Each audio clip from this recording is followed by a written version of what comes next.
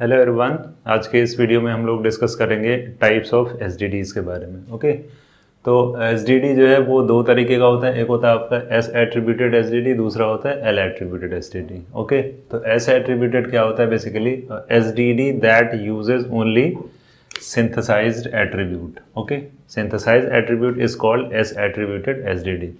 तो सबसे यानी टाइप्स यानी एस एट्रीब्यूटेड और एल एट्रीब्यूटेड को हम समझने से पहले क्या करते हैं, ये समझते हैं कि एस सिंथेसाइज्ड एट्रीब्यूट क्या होता है और दूसरा क्या होता है आपका इनहेरिटेड एट्रीब्यूट। ओके, क्योंकि ये दोनों इसको समझने के लिए यूज़ होगा, तो सबसे पहले सिंथेसाइज्ड एट्रीब्यूट देखते हैं क्या होता है, उसके बाद देखते हैं कि इनहेरिटेड एट्रीब्यूट क्या होता है, उसके बाद फिर देखेंगे एस एट्रीब्यूटेड और एल एट्रीब्यूटेड क्या होता है। ओके, तो सिंथेसाइज्ड एट्रीब्यूट क्या होता है? बेसिकली अगर कोई आपका प्रोडक्शन दिया हुआ A derive suppose that B C D. Okay, तो अगर इसके करस्पॉन्डिंग पास ट्री जनरेट करेंगे तो क्या आएगा? A derives B C D. Okay, तो अगर इसमें क्या करेंगे, फॉर एग्जांपल इसमें अगर किसी भी नोड की वैल्यू कैलकुलेट करें, सपोज दैट ये आपका पेरेंट, ये क्या आपका पेरेंट नोड है, ये आपका, ये सारे क्या है इसके चाइल्ड्स हैं। ओके, तो अगर हमें इस पेरेंट सपोज दैट इसके जो है एट्रीब्यूट किया ए डॉट आई फॉर एग्जाम्पल, अगर इसकी वैल्यू हमें कैलकुलेट करनी है तो इसकी वैल्यू इनके अगर चिल्ड्रेन के टर्म्स में कैलकुलेट हो रही है, यानी इसकी वैल्यू क्या हो रही है, अगर हमें कैपिटल ए की वैल्यू कैलकुलेट करनी है तो इसकी वैल्यू किससे कैलकुलेट हो सकती है? इसके चिल्ड्रेन से।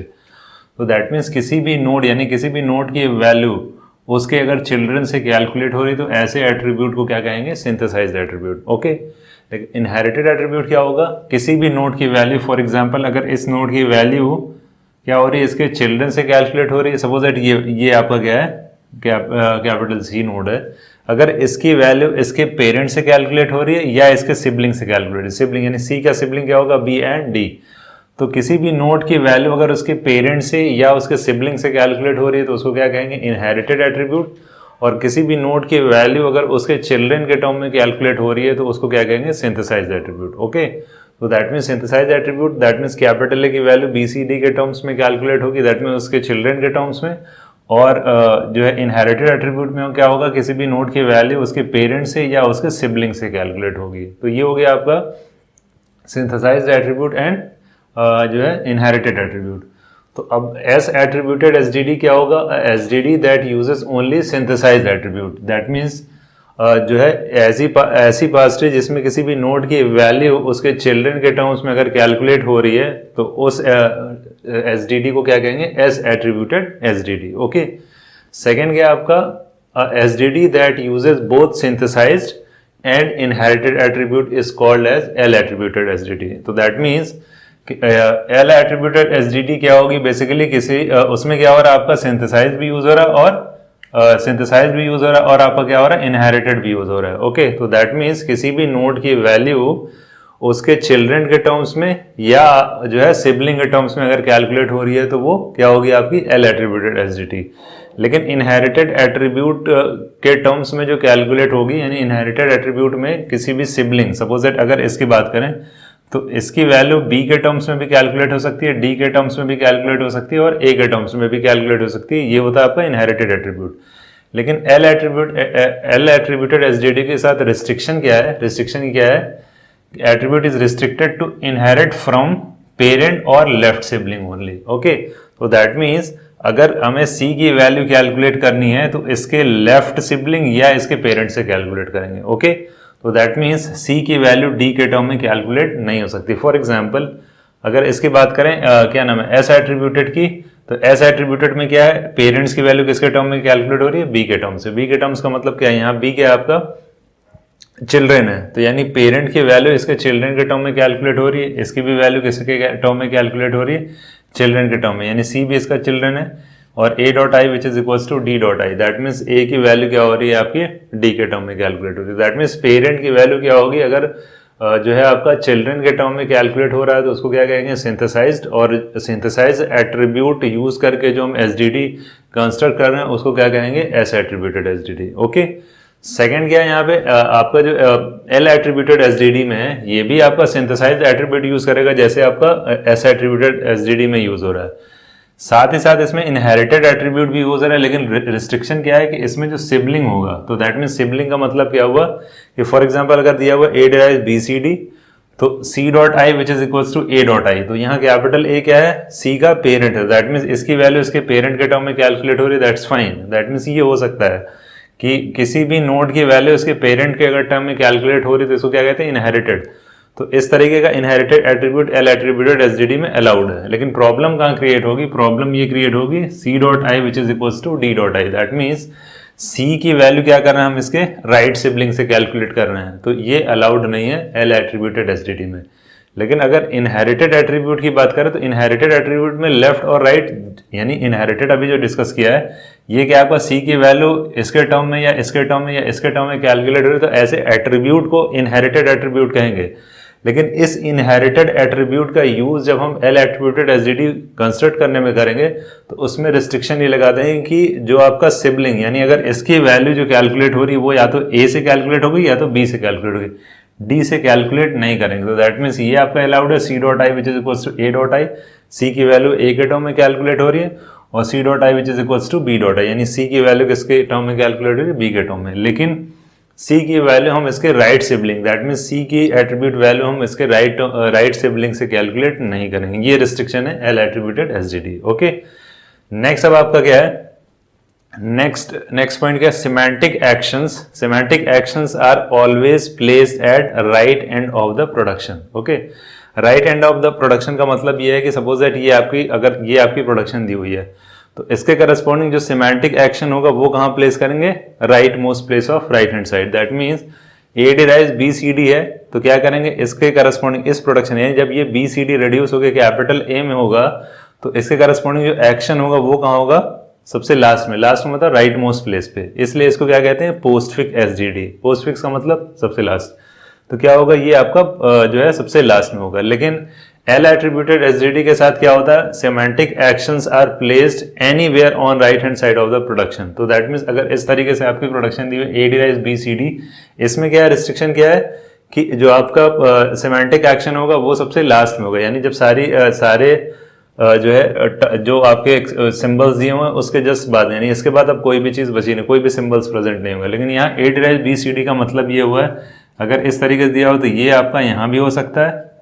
ओके, और ए डिराइव्स क्या हो सकता है आपका, बी इसके बाद भी लिख सकते हैं या सबसे लास्ट में लिख सकते हैं। दैट मीन्स यहाँ पे, तो दैट मीन्स सिमेंटिक एक्शन को हम कहीं भी प्लेस कर सकते हैं राइट हैंड साइड, यानी प्रोडक्शन के राइट हैंड साइड में। जैसे यहाँ बी सी डी दिया हुआ है तो बी के पहले लगा, यानी बिगनिंग में भी लगा सकते हैं, एंडिंग में भी लगा सकते हैं और इन बिटवीन कहीं भी प्लेस कर सकते हैं। ओके, तो ये डिफरेंस होता है आपका एस एट्रीब्यूटेड और L attributed in terms of semantic action कहाँ हमें प्लेस करना है। थर्ड पॉइंट क्या है, attributes are evaluated with bottom up parser.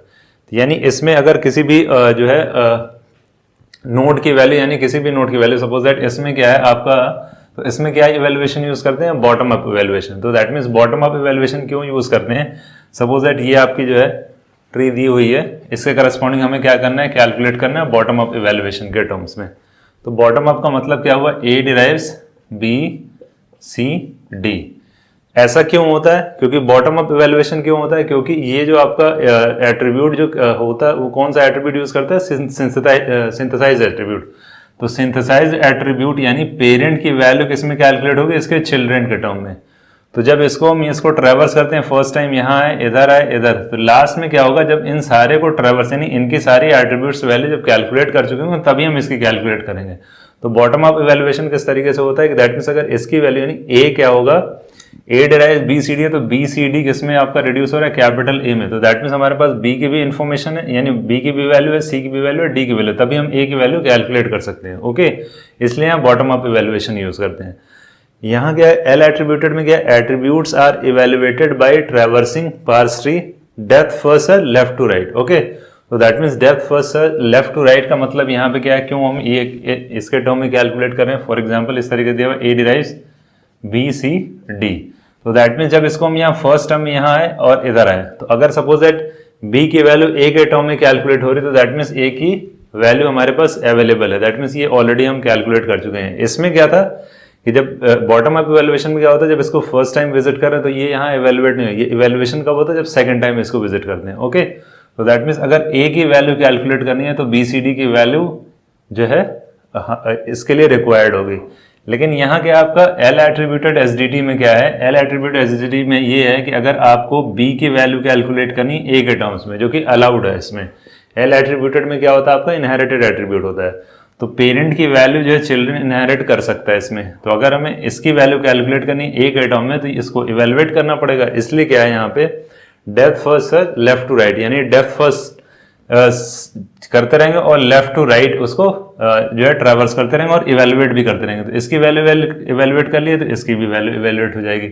उसके बाद अगर सी को चाहिए, यहाँ आपका जो है क्यों ये रेस्ट्रिक्शन लगी हुई है कि हम सिर्फ लेफ्ट सिबलिंग को ही अलाउ करेंगे। अलाउ का मतलब ये है कि अगर हमें सी की वैल्यू कैलकुलेट करनी है तो बी के टर्म्स में कैलकुलेट करेंगे, इसलिए क्योंकि अगर हमें सी की वैल्यू डी के टर्म्स में कैलकुलेट करनी हो तो हम यहाँ तक अभी पहुंचे नहीं, क्योंकि सी की वैल्यू के लिए सिर्फ बी और ए की वैल्यू ही हमारे पास अवेलेबल है। ओके, तो इसलिए क्या होगा, इसलिए इसमें क्या होगा, इनहेरिटेड एट्रीब्यूट इस तरीके से यूज करेंगे कि जो आपका लेफ्ट सिबलिंग या पेरेंट सिर्फ उसी की वैल्यू, यानी इनहेरिटेड में क्या है, इनहेरिटेड क्या है आपका सी की वैल्यू ए और बी के टर्म में कैलकुलेट हो रही है, डी के टर्म में कैलकुलेट क्यों नहीं हो रही, क्योंकि अभी हमारे पास डी की वैल्यू अवेलेबल है ही नहीं। क्यों? क्योंकि वहां तक पहुंचे नहीं। इसलिए लेफ्ट टू राइट और लेफ्ट यानी depth first left to right, तो लेफ्ट टू राइट इवेलुएट करते जाएंगे। तो ए की वैल्यू यानी अगर सी की वैल्यू में ए और बी के टर्म में चाहिए तो बी और ए अवेलेबल है। डी की वैल्यू अगर हमें ए बी सी के टर्म में चाहिए तो सारा कुछ अवेलेबल है। लेकिन अगर सी की वैल्यू डी के टर्म में होगा तो ये आपका अवेलेबल नहीं है। तो इसलिए यहाँ जो इनहेरिटेड एट्रीब्यूट यूज करते हैं पेरेंट्स और लेफ्ट सिबलिंग के टर्म में यूज करते हैं। ओके, तो अब देखते हैं कि इनके बीच का क्या रिलेशन है। ओके, तो दैट मीन्स एस एट्रीब्यूटेड और एल एट्रीब्यूटेड एसडीटी के बीच में रिलेशन क्या होगा, उसका रिलेशन होगा कि S is a subset of L. Okay, तो दैट मीन्स अगर कोई आपका एस एट्रीब्यूटेड एसडीटी है और एल एट्रीब्यूटेड एसडीटी, तो इनके बीच का रिलेशन क्या होगा। ओके, तो दैट मीन्स अगर कोई आपका एस एट्रीब्यूटेड एसडीटी है तो वो डेफिनेटली क्या होगा, आपका एल एट्रीब्यूटेड एसडीटी होगा। क्यों? क्योंकि एल एट्रीब्यूटेड जो होता है वो आपका जो है सिंथेसाइज्ड एट्रीब्यूट भी होता है और इनहेरिटेड एट्रीब्यूट होता है। तो दैट मीन्स ये आपका सिंथेसाइज्ड एट्रीब्यूट है यहाँ पे, और यहाँ क्या है आपका जो है सिंथेसाइज्ड एट्रीब्यूट। तो दैट मीन्स यहाँ सिंथेसाइज्ड और इनहेरिटेड दोनों है, यहाँ सिर्फ क्या आपका सिंथेसाइज्ड एट्रीब्यूट है। ओके, तो दैट मीन्स सिंथेसाइज यानी that means S attributed SDT क्या होगा, एल एट्रीब्यूटेड का सबसेट होगा। तो अगर कोई आपको दिया हुआ कि एस एट्रीब्यूटेड एसडीटी है तो क्या हम इसको एल एट्रीब्यूटेड एसडीटी कह सकते हैं? डेफिनेटली कह सकते हैं, यानी every S attributed SDTs are L attributed SDT. तो ये हो गया इनके बीच का रिलेशन, और ये था आपका कि एस एट्रीब्यूटेड एसडीटी और एल एट्रीब्यूटेड एसडीटी क्या होता है। अब इससे रिलेटेड कुछ क्वेश्चन सॉल्व करते हैं, देखते हैं कि कैसे हम आइडेंटिफाई करेंगे कि अगर आपको एक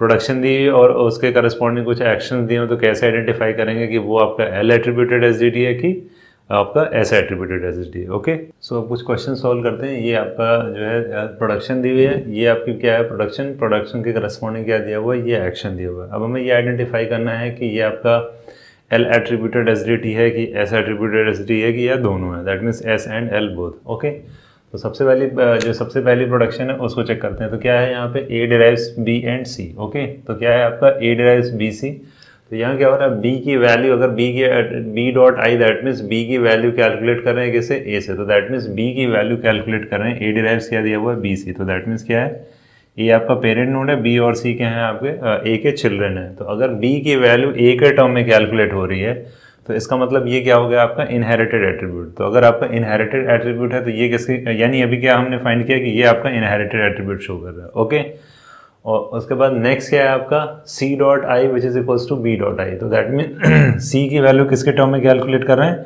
बी के टर्म में। ओके, तो अगर सी की वैल्यू बी के टर्म में कैलकुलेट हो रही है तो ये भी क्या आपका इनहेरिटेड एट्रीब्यूट, और क्या ये अलाउड है? हाँ, क्योंकि लेफ्ट सिबलिंग से यानी सी की वैल्यू इस नोड की वैल्यू अगर अपने लेफ्ट सिबलिंग से कैलकुलेट करें तो ये भी किसकी कैटेगरी में आएगा, इनहेरिटेड एट्रीब्यूट। ओके, नेक्स्ट क्या दिया हुआ A dot I which is equals to C dot I. तो that means A dot I which is equals to C dot I, तो दैट मीन्स ए के वैल्यू किसके टर्म में कैलकुलेट हो रही है, सी के टर्म में कैलकुलेट हो रही है। ओके, तो दैट मीन्स अगर ए के वैल्यू सी के टर्म में कैलकुलेट हो रही है तो इसका मतलब क्या हुआ, ये आपका सिंथेसाइज एट्रीब्यूट, यानी किसी पेरेंट की वैल्यू, यानी ये आपका क्या होगा, एरो इस तरह है, यानी ए के वैल्यू किसके टर्म में कैलकुलेट हो रही है, सी के टर्म में। तो इसका मतलब क्या हुआ कि ये आपका क्या है, ये हो गया सिंथेसाइज एट्रीब्यूट। तो दैट मीन्स सिंथेसाइज एट्रीब्यूट्स और इनहेरिटेड एट्रीब्यूट के कॉम्बिनेशन को क्या कहते हैं, आपका एल एट्रीब्यूट एसडीटी। ओके, तो ये क्या हो जाएगा आपका फर्स्ट ऑप्शन क्या हो जाएगा, L attributed SDT. Okay, next अब आपका दिया हुआ है सेकंड क्या है, ए डिराइव्स क्यू आर। तो दैट मीन्स क्या दिया हुआ है, ए डिराइव्स क्यू आर। ओके, तो r dot I that means r की वैल्यू किसके टर्म में कैलकुलेट हो रही है, a के टर्म में। तो अगर r की वैल्यू a के टर्म में कैलकुलेट कर रहे हैं तो इसका मतलब क्या हो रहा है कि इस नोड की वैल्यू इसके पेरेंट के टर्म में कैलकुलेट हो रही है। तो इसका मतलब क्या हुआ, इनहेरिटेड एट्रीब्यूट। ओके, नेक्स्ट क्या दिया हुआ, q dot I which is equals to r dot I. तो q dot I which is equals to r dot I, तो दैट मीन्स अगर इसकी वैल्यू इसके टर्म में कैलकुलेट कर रहे हैं, अगर q की वैल्यू किसके टर्म में कैलकुलेट कर रहे हैं, r के टर्म में, तो दैट मीन्स ये क्या आपका q जो है, दैट मीन्स q और r दोनों सिबलिंग है, और q की वैल्यू अगर उसके राइट सिबलिंग्स के टर्म में कैलकुलेट कर रहे हैं तो ये आपका, यानी ये आपका इनहेरिटेड एट्रीब्यूट तो होगा, लेकिन हमें यहाँ फाइंड आउट करना है अगर आपका L एट्रीब्यूटेड एसडीटी में क्या होता है, synthesize as well as inherited. लेकिन इनहेरिटेड के साथ रिस्ट्रिक्शन क्या होती है कि वो अगर किसी भी नोड की वैल्यू उसके अगर राइट सिबलिंग से अगर कैलकुलेट हो रही तो ये अलाउड नहीं है। तो इसका मतलब ना तो ये आपका L एट्रीब्यूट होगा ना तो आपका S एट्रीब्यूट, दोनों नहीं होगा। ओके, तो दैट मीन्स ये आपका ना तो L एट्रीब्यूटेड एसडीटी होगा ना तो S एट्रीब्यूटेड एसडीटी होगा। ओके, थर्ड ऑप्शन है दैट मीन्स ये दोनों में कोई नहीं है।